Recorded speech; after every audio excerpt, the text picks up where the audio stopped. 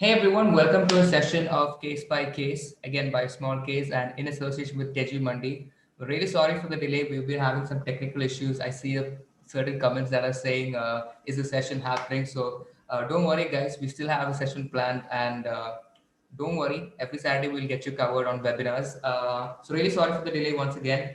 But so making up for that, I really have to say today's topic is something that always gets us interested because we're really unsure of the markets today, and that is cruising in times of volatility. So when things like words like cruising comes in mind, it means like you're gracefully, flawlessly chilling out and trying to dive and flow through the market when there is such a volatile perspective. But gladly, we have Shashank from Teji Mandi, who is on our side to shed some light and give us wisdom on the topic. So, Shashank is from Teji Mandi. He's a chief investment officer and founder of Teji Mandi. Shashank, really glad to have you on the show.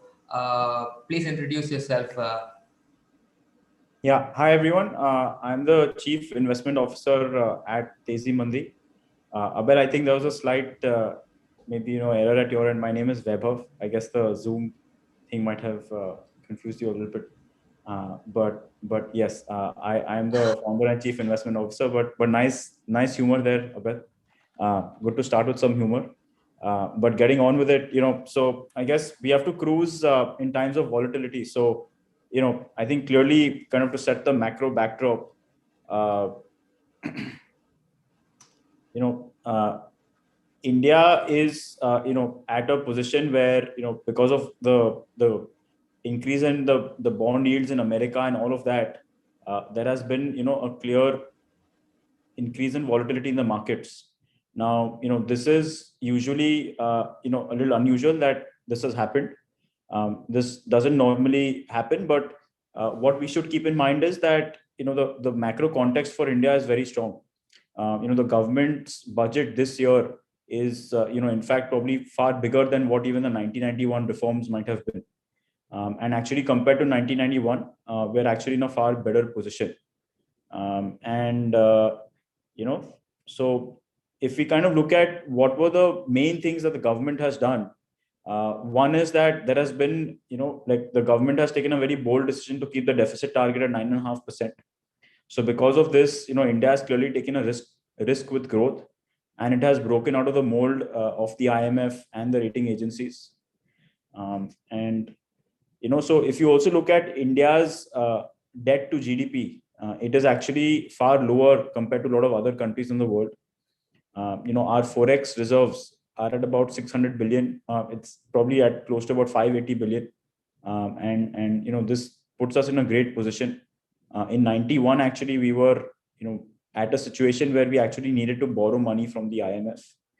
And also groundwork for future reforms has been put through RERA, GST, Jandhan, etc. Now, if we look at the government's policy in the first half of the pandemic, what the government did is they essentially closed everything down because the nature of the pandemic was unknown. And essentially, so this is called like a barbell strategy. So what you do in a barbell strategy is you hedge your downside. So basically by shutting everything down, at least the government could build the necessary medical infrastructure that was required. And this also resulted in India's cases peaking in September and then falling substantially after. Now, if we go to the key highlights of the budget, the government clearly focused on roads, railways, infrastructure, etc. The PLI schemes have made India far more competitive player, in sectors like electronics and manufacturing. Also several duty structures have been removed, which makes trade much easier. And there has also been a removal of the kerosene subsidy because Indians are now consuming more gas-based fuel. So kind of keeping all this in mind, it seems like India is on the cusp, of a long growth cycle. The corporate profits to GDP have been the lowest in several decades. Because of bad loans, the earnings of several banks have dried up. Now, once the NPA cycle reverses, earnings of banks like State Bank of India can go 10x. There's a clear focus on capex, infra, roads, etc., which could re-rate stocks and sectors that have underperformed for over 10 years. The good part is that we're starting a cycle with low interest rates, low debt levels, and surplus liquidity. And also the December quarter is the first in almost a decade where the earnings upgrades have been higher than the earnings downgrades. Also, because of COVID, the internal efficiencies of corporate India have been accelerated by almost 5 to 10 years. And because of that, the earnings could be very sharp going forward. The FY22 GDP is expected to increase at about 14%, but tax collection assumptions are only at about 5%. That's why the deficit number could actually be lower than what a lot of people are projecting. Also, very importantly, India's P might look slightly elevated at the current levels, but what we have to realize is that we're sitting on 3 quarters of deflated earnings and a protracted growth cycle. That's why earnings and P ratios should be looked at on a more stock-specific basis.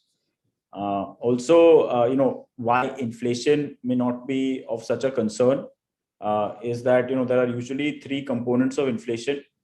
One is food, one is wage, and one is international. So if you look at wage, there are a lot of poor people in urban India, and there's high NREGA demand. A lot of informal sector people don't have jobs, so wage inflation is unlikely to happen. Now, food production is in a surplus. Supply chains are also normalizing, so food inflation is also unlikely to be a worry. Now, internationally, a lot of commodity prices have actually started coming off because of supply chain disruption. China also keeps buffer reserves. So slowly things should normalize going forward.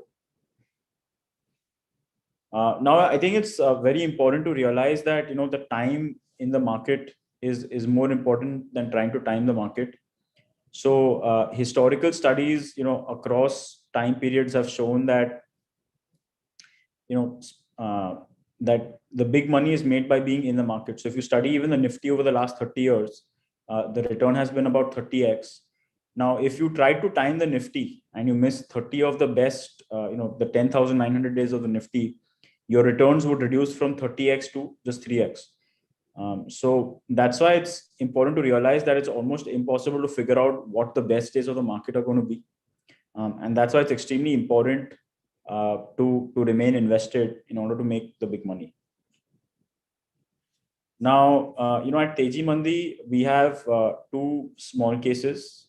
So one is the flagship, which is it's the multi-cap all-season portfolio. So this is a must-have portfolio. This should be a core portfolio for a lot of people. And we also have the multiplier portfolio. Now, this is the small and mid-cap offering that we have that also offers, stocks which are likely to kind of have exponential growth. These are kind of what you would call, the potential multi-baggers.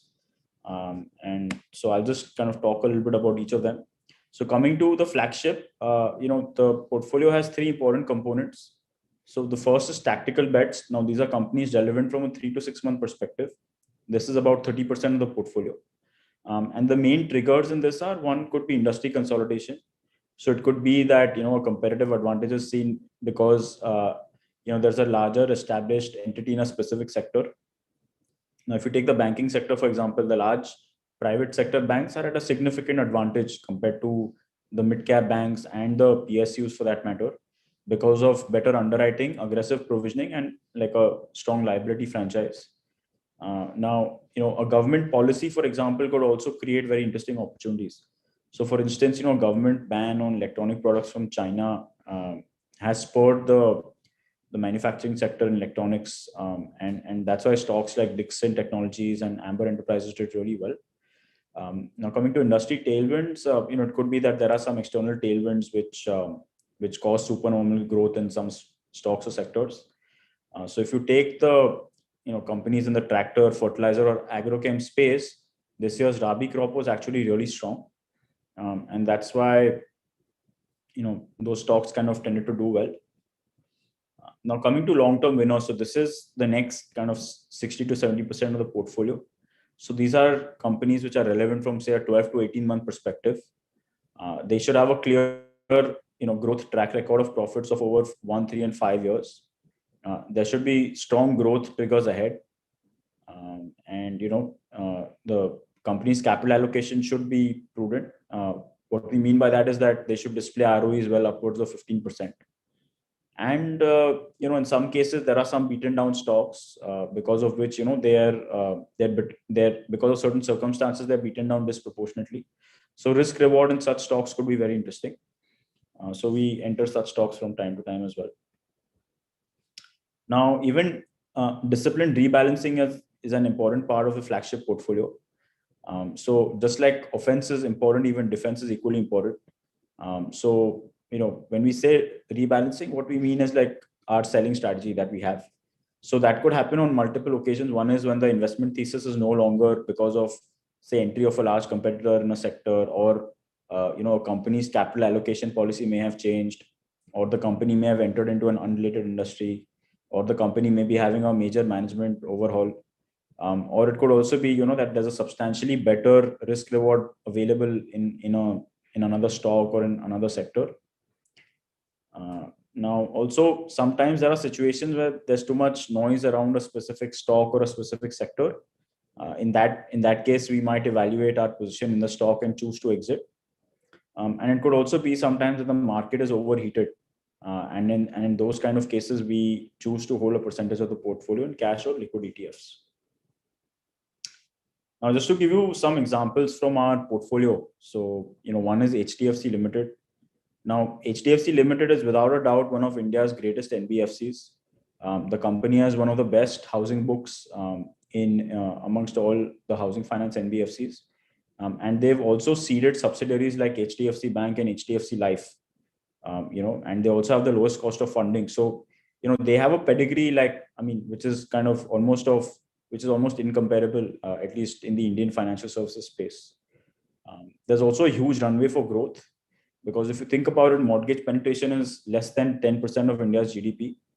The cost of owning a house has been the lowest in 40 years. Now, so when we mean cost, what we mean is the interest plus the government subsidy plus the tax deduction. So all these combined together make the ownership of a house significantly more attractive in India. And also India has a young population, so there's a clear runway for growth in front of us. So this stock we had entered at about 1950. We've seen about a 30% gain.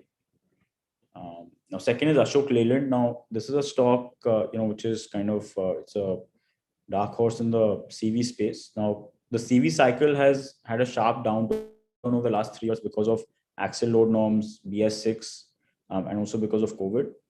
Now, Ashok Leyland in this time period has made its balance sheet much leaner. It's modularized its entire platform. And also the working capital cycle has become much lower. Now, because of this, it's financially it's become a lot stronger. The company's also strategically added products in the LCV and MHCV range. And that's why it's been gaining market share in the CV space. So, since this CV cycle is coming out of a downturn, and Ashok Leyland is the best play on it, we've seen a sharp uptick in the stock. So we entered at about 70 rupees, and we've seen a greater than 65% gain on it. Now, coming to the performance of the flagship fund, since inception, the fund has done very well compared to the underlying Nifty multi-cap index. And across time periods, it's outperformed the index. And it's available at a really accessible price point. So it's at 149 per month, or a total of 894 if you take the 6-month plan. And it's at about 249 per month if you choose a 1-month plan. The good part is that this is a fixed fee structure, so you can invest as much as you want. Our prices are the same. Now, coming to the Teji Mandi multiplier fund. Now, this is clearly kind of a slightly higher risk, but also much longer term portfolio. This is for people who are looking for those opportunities that could be the next set of exponential bets.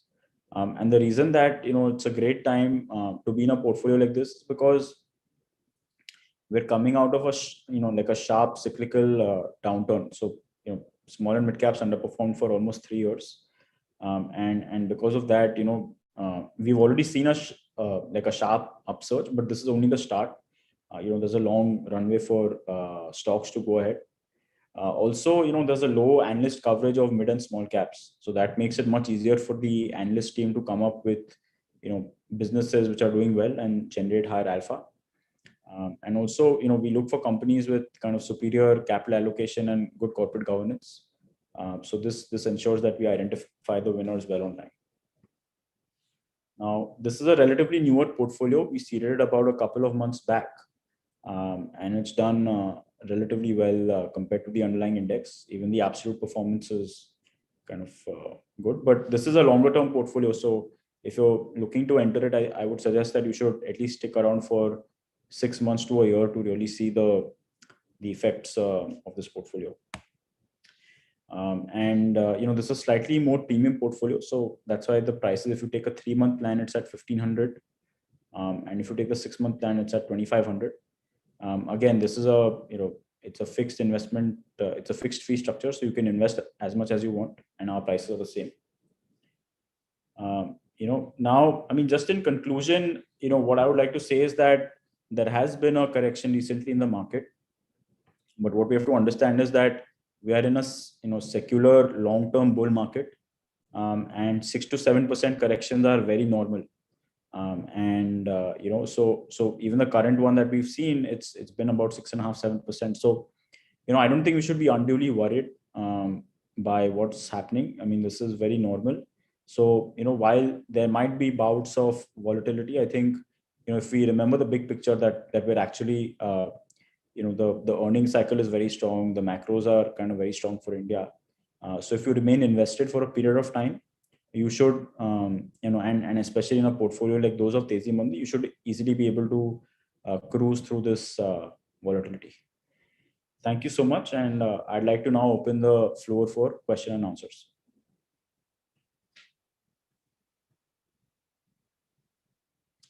So I think there is one question from Vaibhav Agrawal. What is the best approach that we should follow in this falling market? So I think in a falling market, actually, it's a great time to enter stocks. So any stocks or portfolios that you're really convinced about, this is actually a great time to add it, because these bouts of corrections keep coming, and historically, if you go and see, these have been great times to enter the stock market. Is it good to invest for long term? Yes, absolutely, Harish. It's a great time to enter for the long term. It's we're probably sitting on a great cyclical upturn. As I've highlighted before. So yes, I think Mr. Reddy's question is, what's your recommendation of minimum investment for optimum returns? Now, I think this is very subjective to every investor, but as far as our portfolios are concerned, if you take the multiplier portfolio, the minimum ticket size is close to 20,000 rupees, and if you take the multiplier portfolio, ticket size is close to about 30,000 rupees. Now, Mr. Roy's question is, how do you rebalance your portfolio when there is a significant correction in the market? So, this is, there is no one right answer to it. As I had shown you earlier, there are 2-3 things. One is if we think that the downturn is a secular downturn, then we might choose to stay in like a liquid ETF or stay on cash. But in cases where there are corrections that we are seeing, we usually enter stocks that we've been tracking closely, that seem attractive to us. So that's usually how we follow the rebalancing. Now it's saying that why is the fee for your small case is more than in your platform? I think you're getting confused, Mahesh. The fee is not double. It depends which portfolio you choose. If you choose the flagship, it's the same as our platform. If you choose the multiplier, that's a more premium portfolio. So that's the reason why the price is slightly higher for that. Now Vineet Patil, now I think 1,500 INR in for 3 months for multiplier portfolio, whom to connect with. So Vineet, we'll be putting a link down in this presentation. You can click on it. Otherwise you can just go to smallcase.com and you'll be able to see our portfolio, the Teji Mandi multiplier portfolio. Otherwise, you can always feel free to reach out to us on support@tezimandi.com.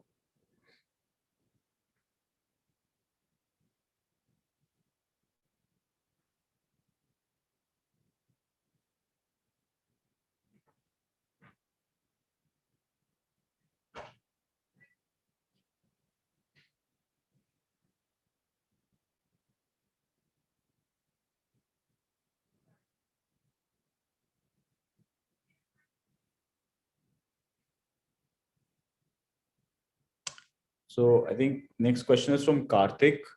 Is the flagship good for long term or short term? Flagship is actually great, from a medium to long term perspective. The short term component is there only from the point of view of kind of entering opportunities that are relevant. But the real magic happens in investing when you remain invested for the long term. Now, I think Mr. Santosh's question is: market has jumped from 30K to 50K in less than 6 months. Corrections are bound to happen. Where do you think the market is going from here? So, yes, you're absolutely right. Corrections are bound to happen. And as I explained, 6 to 7% corrections are very normal. I mean, there have been 6 to 7% corrections, almost 8 of them over the last 1 year. And this one is no different from that. So keeping that in mind, I think the market, as I explained, I think the market is only going to go upwards. You might hear some noise around some global macros, but honestly, I don't think that that's going to significantly affect the markets from here. Markets are definitely looking attractive from here. But what's more important is, more than the market, two things are important. One is you should be at the right set of stocks. So you should invest, in a right curated kind of portfolio of stocks. And second is you should remain invested for the long term. These two things kind of significantly negate the effect of the market actually over a period of time. Now, I think Mr. Anand Pathak is: what should be the CAGR expectations after 3 years in both portfolios? Now, this is something that we cannot give like an official guidance about. But if you see, as I'd explained, Nifty's return over 30 years is at about 12%. So we should be probably at our end, maybe 15% is something that we look to realistically achieve. But again, that is by no means a guidance. It's only a historical benchmark that we're going by. But obviously at our end, we do try to significantly do better than that. But again, there are a lot of moving parts, so we cannot say anything for sure. Aditi Singhania: is there any discount available for this small case creator? So, we are, not at the moment. There might be, we might do something in the future, but as of now, we feel that the price point at which we are offering the portfolios is anyways very accessible. And so it's probably something you might want to consider.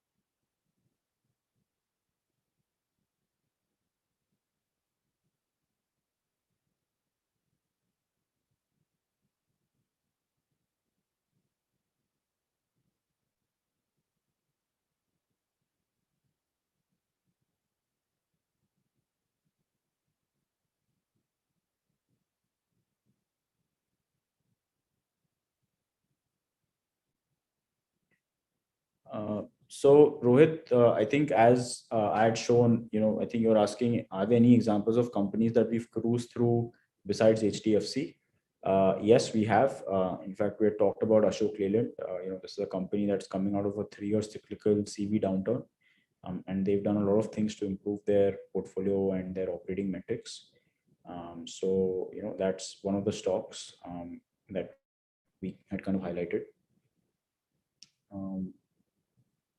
No, Mr. Roy's question is: how much fees do I have to pay to small case when there is a rebalancing? Mr. Roy, I don't think there's any fee that you have to pay to small case when there is a rebalance. You just pay, the whichever subscription plan you go by, and that's kind of the fees that you pay. What is the alpha and the beta of the small case?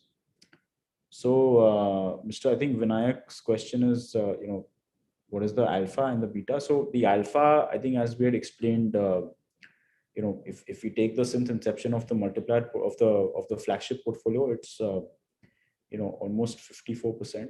And if we take the multiplier is only 2 months old, that's about 5%.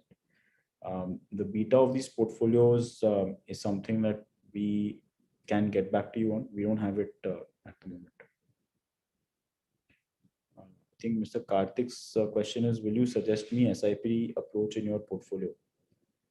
Yes, so you should, again, this is very subjective to your own personal investment amount. So, I think the minimum investment amount in our flagship portfolio is 20,000 rupees. And I think the SIP amount is, I think, close to 6 or 7,000. So, that's at least a good starting point for you. Now, beyond that, obviously, if you can put higher sums of money, the better it will be for you. So, yes.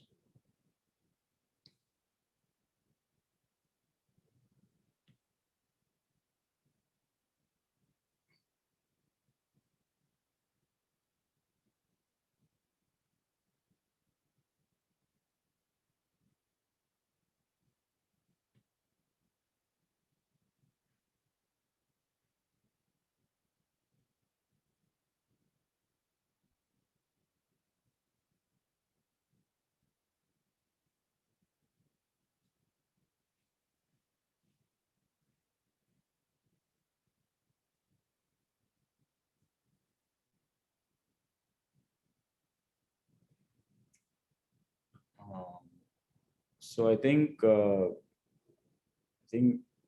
MK's question is, sir, I'm invested in 4 small cases, and performance has been negative in some of them. So, sir, I mean, I cannot guide you on what you should do with other small cases. What you should probably try to do is, wherever you've not had a great experience, maybe you can, consider remaining invested. If you have additional amounts to invest, you should invest in Teji Mandi. But I would suggest that you should have, one of the Teji Mandi portfolios as part of, your small case portfolios that you have.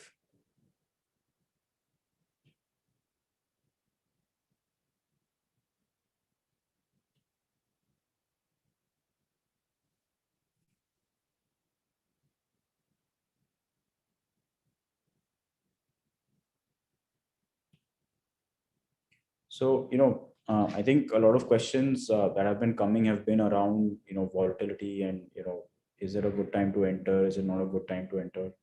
So again, I think I'd like to reiterate that there are 3 things one should keep in mind. One is that, we are sitting at the cusp of, at the cusp of an upcycle. This is probably historically one of the best times to be in the market.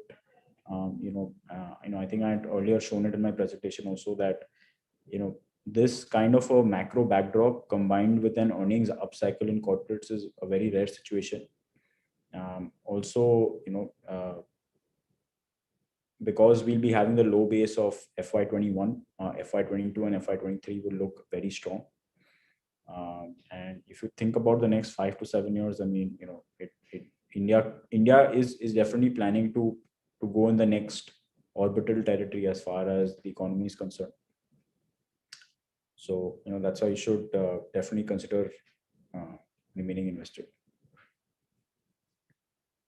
So I think there's a question by Shwetang. Can you please suggest small case for 33 years male, 20,000 per month, and for longer time, like 10 years?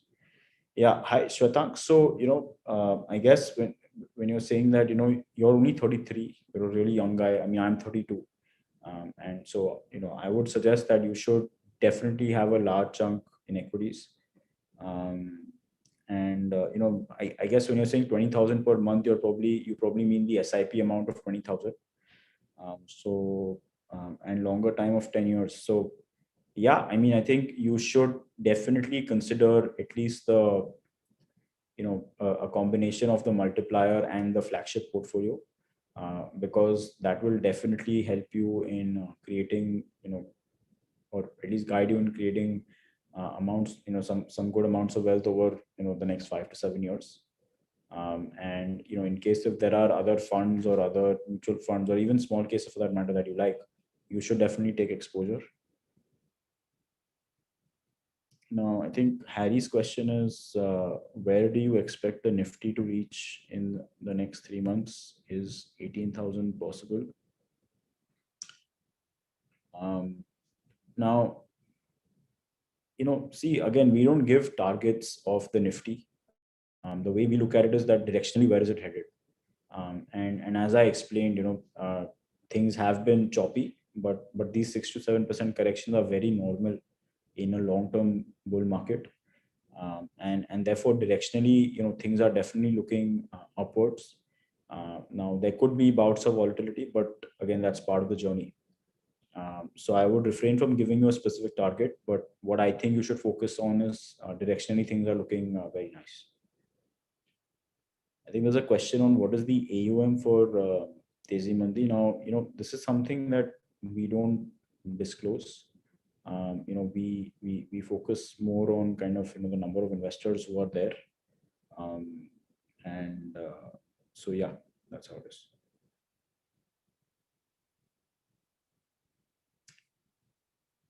Yeah, again, as I think as I was maybe explaining earlier, great macro backdrop, great time to be in the market, and also, you know we are, like 6 to 7% corrections are very normal in any bull market. So this is probably a great time for you to start investing, or disinvest in some portfolios, because typically what happens is the good stocks correct at this time and they become a more attractive portfolio.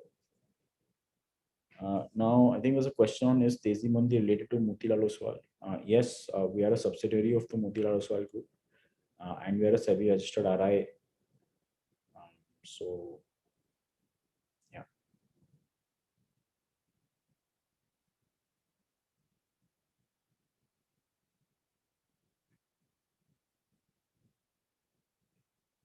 Current, I think there's a question by Mr. Ranjit Singh on current prices for buying long term for Jubilant Ingreva. So we don't give individual target prices of stocks. This is kind of very recent stock. We don't have it in our portfolio yet. So I would refrain from giving you any guidance on the stock.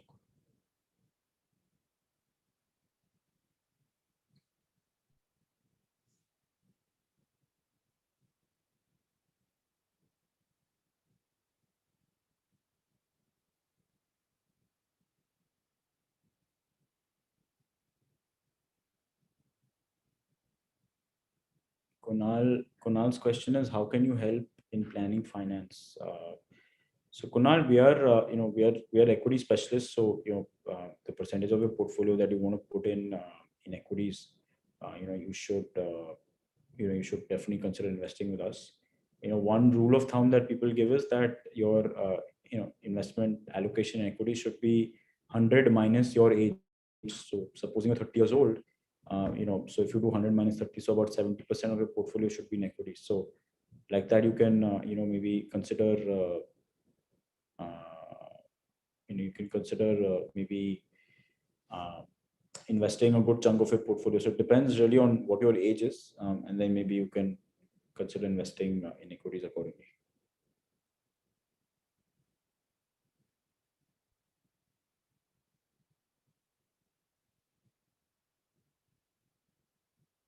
All right. So I think one of the questions also that we receive is that which portfolio should I invest in? Should I invest in the flagship or should I invest in the multiplier?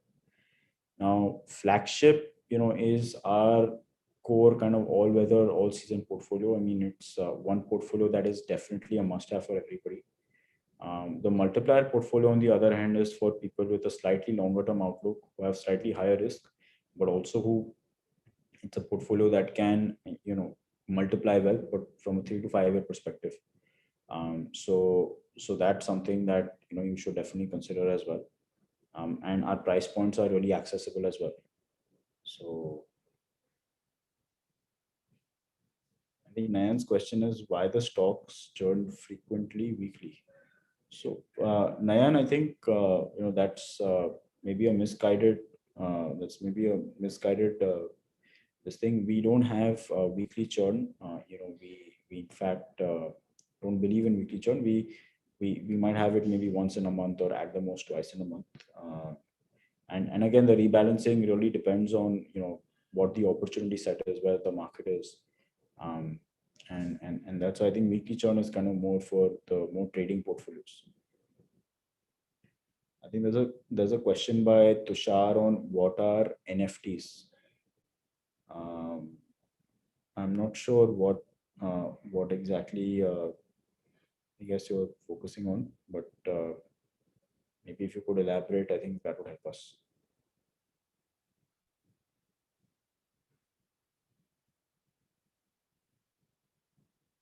Will I think Harry has a question. Will REITs be a good option? Yes, REITs are good, but REITs are like utilities in the sense that you'll have a standard kind of return from them.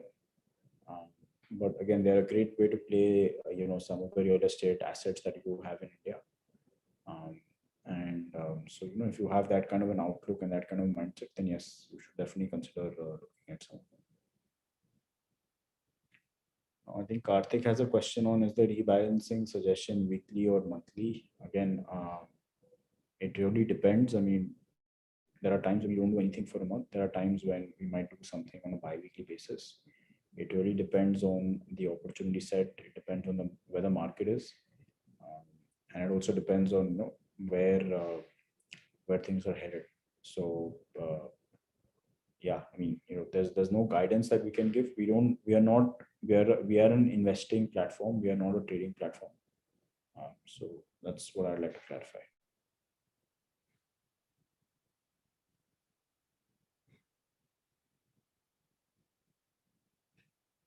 Yeah, so I guess some questions came in the middle, but yeah, I think are these small cases ETFs? I think we should not confuse small cases are, I think, like ETFs, but except that they are actually like more like an actively managed portfolio.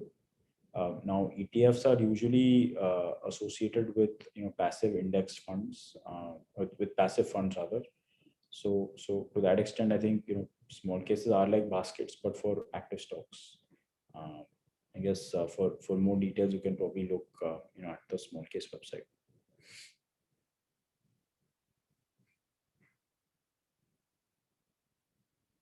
Yeah, I guess as I was continuing earlier, so multiplier is definitely for people who are looking for that higher return, slightly higher risk, and so you should consider remaining invested in that as well, because that will really help you in kind of significant wealth creation.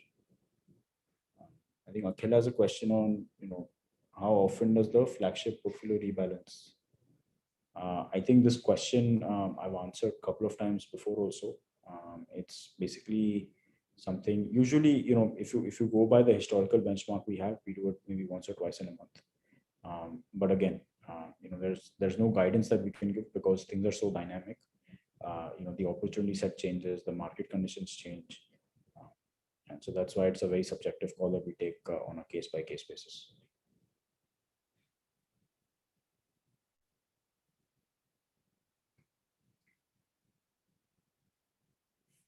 Now, I think if I see the questions, I think most like a lot of them have been around the rebalancing. Now, there are two important reasons or why rebalances are important. One is that they focus, on ensuring that the portfolio is pruned at all times. So make sure that we sell the non-performers and we double down on the winners. And it also lets us improve the quality of our portfolio by entering stocks that have, far better prospects. There's a question by Deep. Why don't you reshuffle portfolio more often? Like a 3-month period trend when it goes out of trend. Now, again, Deep, I think I would not like to get too much into the individual mechanics of the rebalancing, because this is kind of done by the investment team. But I think largely what we can tell you is that we look at stocks from multiple perspectives, and the opportunity set again keeps changing. So now, whether a stock, it could be the case that maybe a stock may not perform for 2 or 3 months, but that doesn't mean that it's out of trend.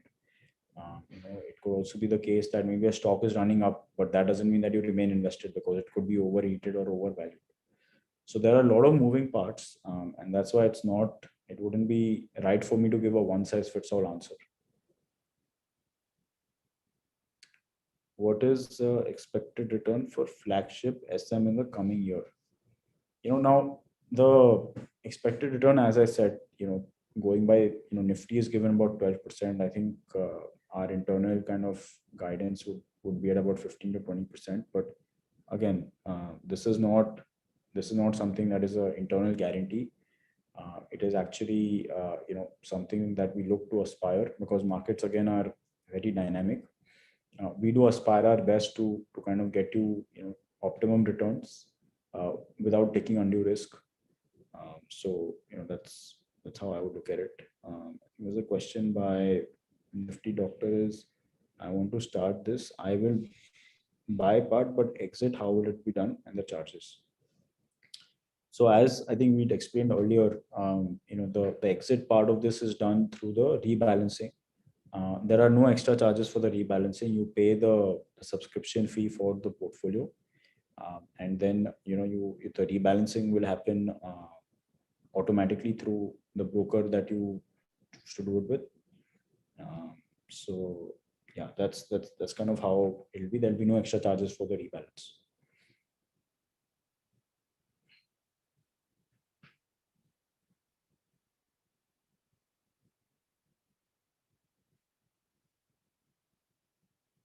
I think again, as I'm seeing the pattern of questions, I think there is some clarity required around maybe the rebalancing aspect. I think the rebalancing aspect is something, just like you keep pruning a garden, when the bushes keep growing or the grass keeps growing, like that we keep the rebalancing, as a pruning mechanism. But you should not buy a portfolio because of the rebalancing. You should buy it because of the tenets and the core strength and the performance displayed previously. And so I don't think we should be overly worried about the rebalancing component, because that is something that will keep happening. There are no extra charges to do it, and it's a very small case has designed an extremely robust and simple mechanism to do it. So I don't think anyone should take undue stress or worries about that.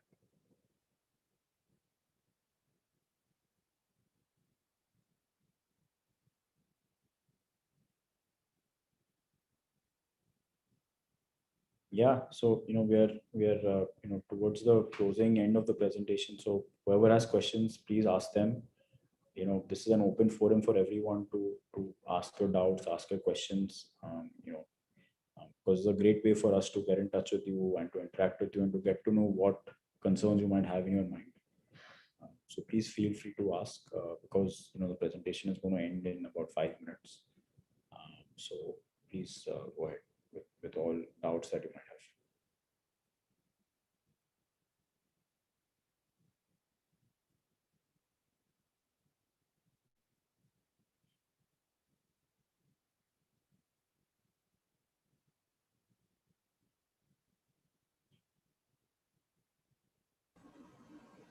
I think we can conclude, because I think that's the last of all the questions so far. Uh, I think we have one more question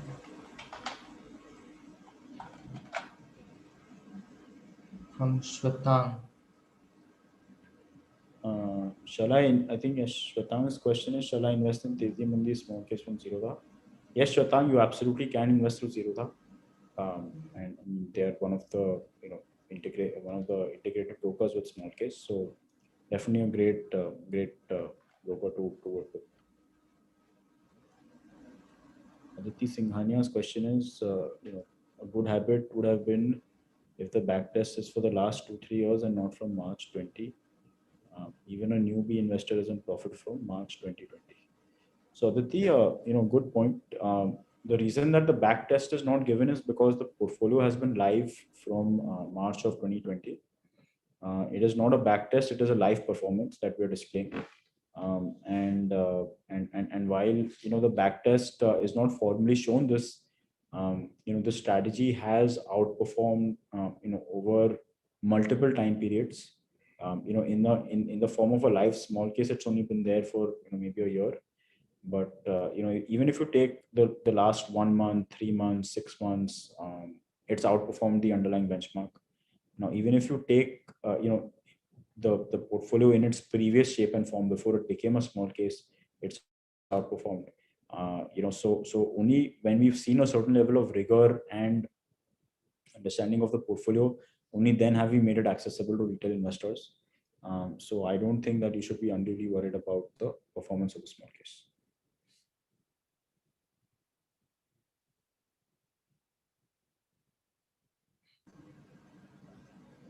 I guess we can conclude now. It's last couple of minutes left, so I think we can slowly start moving to the conclusion. Uh, so, Vaibhav, when we talk about such like a serious matter about, let's say, volatility, and because it is very scary, people get a lot tense to when before they invest and when they put the money. What is your kind of advice that you would give based on the psychosis, or let's say when they move into investments? I mean, there is definitely an emotional part for every retail investor when it comes to volatility. So some people panic, some people are get too anxious, some people don't invest at all because they think it's something that is very unpredictable. So to such investors who are starting out, who are have a very different kind of emotional connection to volatility, what would be your advice to them? So my advice would be that you should actually outsource this stress and worry to a professional manager like us. This is something that we deal with on a professional basis, and at really accessible price points you can invest along with us. So just as I had highlighted earlier, you should. If you look at the biggest investors in the stock market, and I know a lot of them personally also because of my background. Everyone, literally every single one of them, has made money because they have remained invested in the market for really long periods, right? Now, what really makes the difference is that you remain invested for 10 years, 15 years, 20 years, 30 years. That's when you really and if you remain invested in good quality stocks, there is absolutely no reason why in a growing economy like India, you won't make money. And what you'll realize over a long period is that all these factors which you're reading about right now will look really irrelevant. It's only that you're in that moment right now, so you're getting stressed that, oh, like, what's going to happen. But if you really kind of remain invested in a clinical way, you'll realize that you're able to kind of get over all of this in a very smooth way. And unfortunately, that is something only you will realize in hindsight, not something when you're in the situation. So I would just urge you that this is a very rare macro backdrop against which you can invest. So remain invested, and you will do well. Got it, got it. Definitely makes sense because I've heard a lot of people, even on day one when I was like, when I'm starting to learn, it's very stressful when you think about it. But then I met a lot of people who are like good investors, not amateurs, but who are not very great professionals as well. But the first thing they told me was don't panic, stay in the market, don't leave, and it's a long term game. So it definitely makes sense. And uh, I'm really glad that that you're here and you're here to guide us, and especially on a topic like volatility. So Sure. before we close off, I just wanted to say great thanks to you because I know the Saturday evening is probably the time where everybody chills. They take the week off. I Sure. mean, the weekend off. So really great to have you again here. Explaining to us, how we can deal with volatility. But before you leave, so again, this is a fun thing that I usually ask all publishers. I was just going through the name Teji Mandi, and I think one of the users, I mean, one of the our viewers also asked that it's a very unique name. So could you Sure. shed some light on what Teji Mandi means? Because I found it very interesting.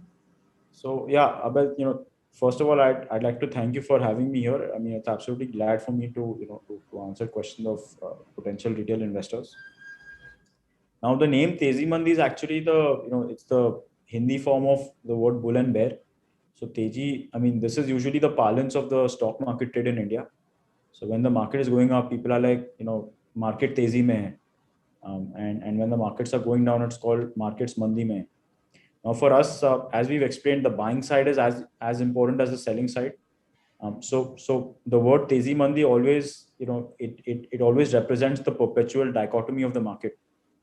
That there is a bull side and there is a bear side, and you should at all times remain vigilant of both those sides, because for example, when the pandemic hit and the markets were crashing, it only looked like it'll keep going down, but there was a bull side that kept coming ahead.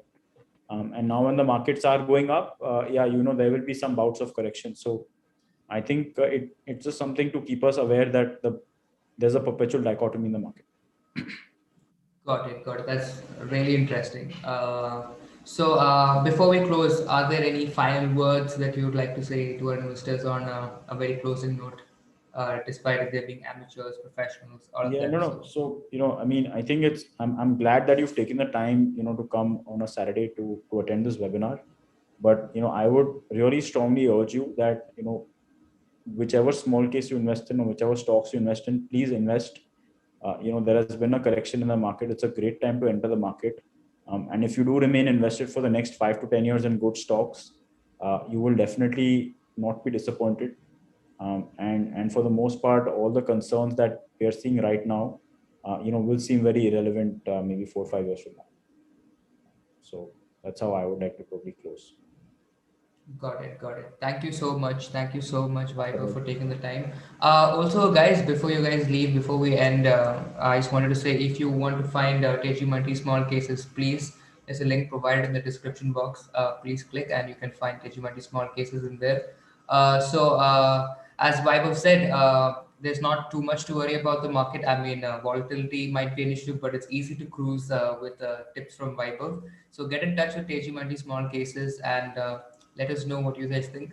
And tune in for another webinar by Small Case at Case by Case. Thank you so much, everyone, for Thank you logging so in. much. Bye bye. Take care. Bye bye.